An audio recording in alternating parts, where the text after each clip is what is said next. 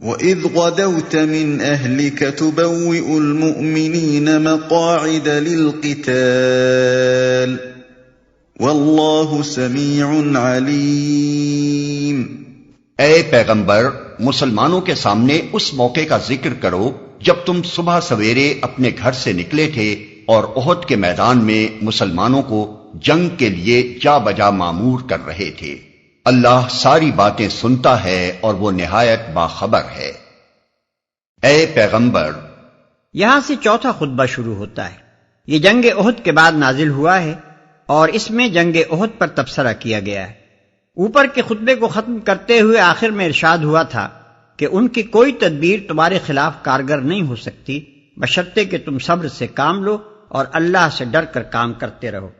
اب چونکہ احد کے میدان میں مسلمانوں کی شکست کا سبب ہی یہ ہوا کہ ان کے اندر صبر کی بھی کمی تھی اور ان کے افراد سے بعض ایسی غلطیاں بھی سرزد ہوئی تھیں جو خدا ترسی کے خلاف تھیں، اس لیے یہ خطبہ جس میں انہیں ان کمزوریوں پر متنبہ کیا گیا ہے مندرجہ بالا فقرے کے بعد ہی متصلاً درج کیا گیا۔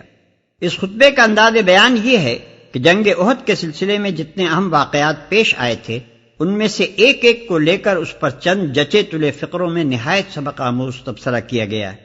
اس کو سمجھنے کے لیے اس کے واقعاتی پس منظر کو نگاہ میں رکھنا ضروری ہے۔ شوال 3 ہجری کی ابتدا میں کفار قریش تقریباً 3000 کا لشکر لے کر مدینہ پر حملہ آور ہوئے۔ تعداد کی کثرت کے علاوہ ان کے پاس ساز و سامان بھی مسلمانوں کی بنسبت بہت زیادہ تھا، اور پھر وہ جنگ بدر کے انتقام کا شدید جوش بھی رکھتے تھے۔ نبی صلی اللہ علیہ وسلم اور تجربہ کار صحابہ کی رائے یہ تھی کہ مدینہ میں محصور ہو کر مدافعت کی جائے، مگر چند نوجوانوں نے جو شہادت کے شوق سے بےتاب تھے اور جنہیں بدر کی جنگ میں شریک ہونے کا موقع نہ ملا تھا، باہر نکل کر لڑنے پر اصرار کیا۔ آخر کار ان کے اصرار سے مجبور ہو کر نبی صلی اللہ علیہ وسلم نے باہر نکلنے ہی کا فیصلہ فرما لیا۔ 1000 آدمی آپ کے ساتھ نکلے، مگر مقام شوط پر پہنچ کر عبداللہ ابن ابی اپنے 300 ساتھیوں کو لے کر الگ ہو گیا۔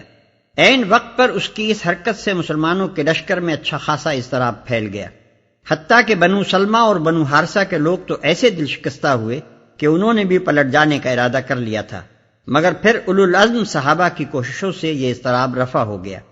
ان باقی ماندہ 700 آدمیوں کے ساتھ نبی صلی اللہ علیہ وسلم آگے بڑھے اور احد کی پہاڑی کے دامن میں مدینہ سے تقریباً 4 میل کے فاصلے پر اپنی فوج کو اس طرح سفارا کیا کہ پہاڑ پشت پر تھا اور قریش کا لشکر سامنے۔ پہلو میں صرف ایک درہ ایسا تھا جس سے اچانک حملے کا خطرہ ہو سکتا تھا۔ وہاں آپ نے عبداللہ بن جبیر رضی اللہ عنہ کی زیر قیادت 50 تیر انداز بٹھا دیے اور ان کو تاکید کر دی کہ کسی کو ہمارے قریب نہ پھٹکنے دینا، کسی حال میں یہاں سے نہ ہٹنا۔ اگر تم دیکھو کہ ہماری بوٹیاں پرندے نوچے لیے جاتے ہیں تب بھی تم اس جگہ سے نہ ٹلنا۔ اس کے بعد جنگ شروع ہوئی۔ ابتداءً مسلمانوں کا پلہ بھاری رہا، یہاں تک کہ مقابل کی فوج میں ابتری پھیل گئی، لیکن اس ابتدائی کامیابی کو کامل فتح کی حد تک پہنچانے کے بجائے مسلمان مال غنیمت کی طمع سے مغلوب ہو گئے اور انہوں نے دشمن کے لشکر کو لوٹنا شروع کر دیا۔ ادھر جن تیر اندازوں کو نبی صلی اللہ علیہ وسلم نے عقب کی حفاظت کے لیے بٹھایا تھا، انہوں نے جو دیکھا کہ دشمن بھاگ نکلا ہے اور غنیمت لٹ رہی ہے تو وہ بھی اپنی جگہ چھوڑ کر غنیمت کی طرف لپکے۔ حضرت عبداللہ بن جبیر رضی اللہ عنہ نے ان کو نبی صلی اللہ علیہ وسلم کا تاکیدی حکم یاد دلا کر بہتیرا روکا، مگر چند آدمیوں کے سوا کوئی نہ ٹھہرا۔ اس موقع سے خالد بن ولید نے، جو اس وقت لشکر کفار کے رسالے کی کمان کر رہے تھے، بروقت فائدہ اٹھایا اور پہاڑی کا چکر کاٹ کر پہلو کے درے سے حملہ کر دیا۔ عبداللہ بن جبیر رضی اللہ عنہ نے، جن کے ساتھ صرف چند ہی آدمی رہ گئے تھے، اس حملے کو روکنا چاہا مگر مدافعت نہ کر سکے اور یہ سیلاب یکایک مسلمانوں پر ٹوٹ پڑا۔ دوسری طرف جو دشمن بھاگ گئے تھے وہ بھی پلٹ کر حملہ آور ہو گئے۔ اس طرح لڑائی کا پانسا ایک دم پلٹ گیا اور مسلمان اس غیر متوقع صورتحال سے اس قدر سراسیمہ ہوئے کہ ان کا ایک بڑا حصہ پراگندہ ہو کر بھاگ نکلا۔ تاہم چند بہادر سپاہی ابھی تک میدان میں ڈٹے ہوئے تھے۔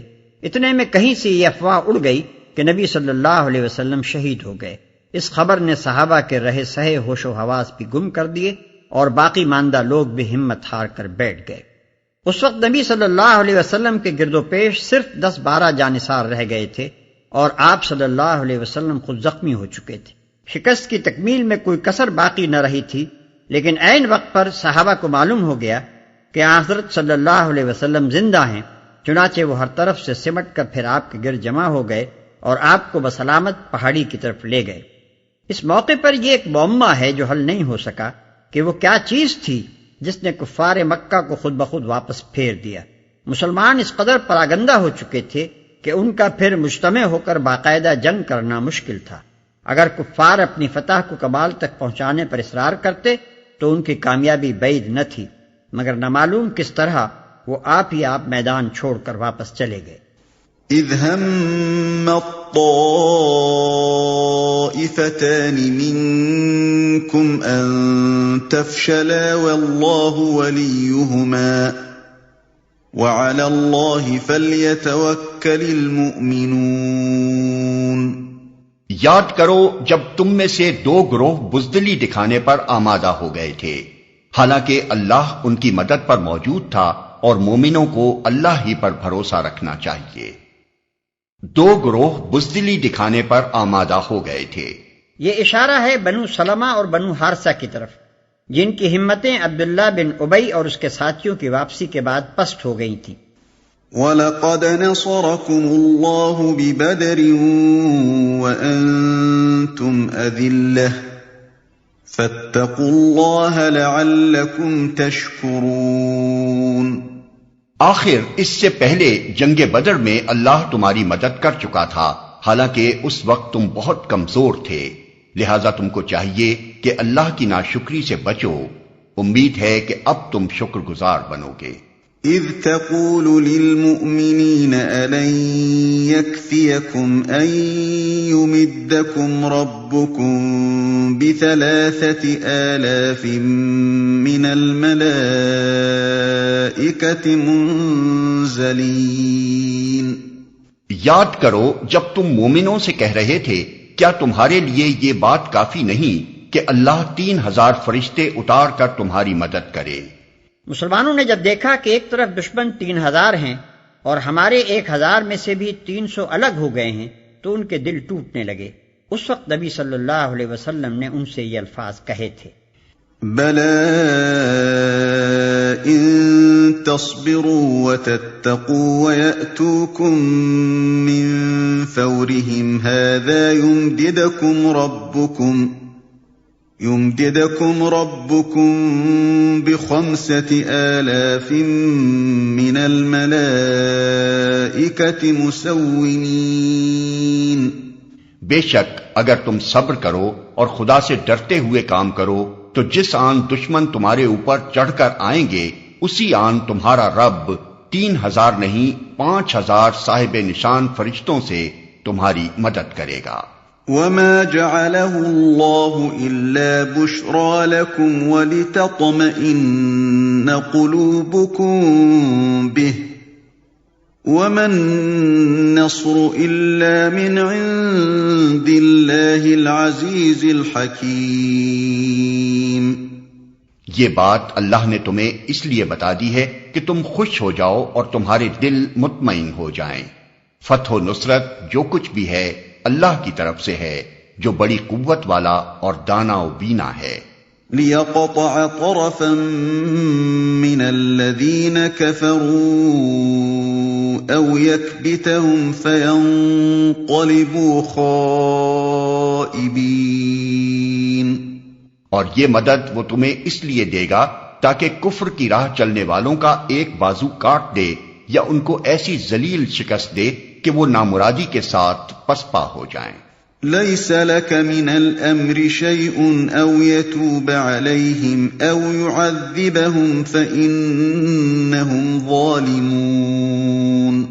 اے پیغمبر فیصلے کے اختیارات میں تمہارا کوئی حصہ نہیں، اللہ کو اختیار ہے چاہے انہیں معاف کرے چاہے سزا دے، کیونکہ وہ ظالم ہیں۔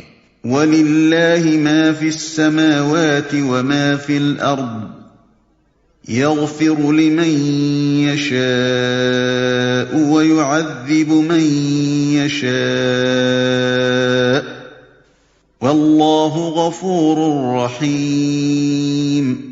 زمین اور آسمانوں میں جو کچھ ہے اس کا مالک اللہ ہے، جس کو چاہے بخش دے اور جس کو چاہے عذاب دے، وہ معاف کرنے والا اور رحیم ہے۔ نبی صلی اللہ علیہ وسلم جب زخمی ہوئے تو آپ کے منہ سے کفار کے حق میں بد دعا نکل گئی، اور آپ نے فرمایا کہ وہ قوم کیسے فلاح پا سکتی ہے جو اپنے نبی کو زخمی کرے۔ یہ آیات اسی کے جواب میں ارشاد ہوئی ہیں۔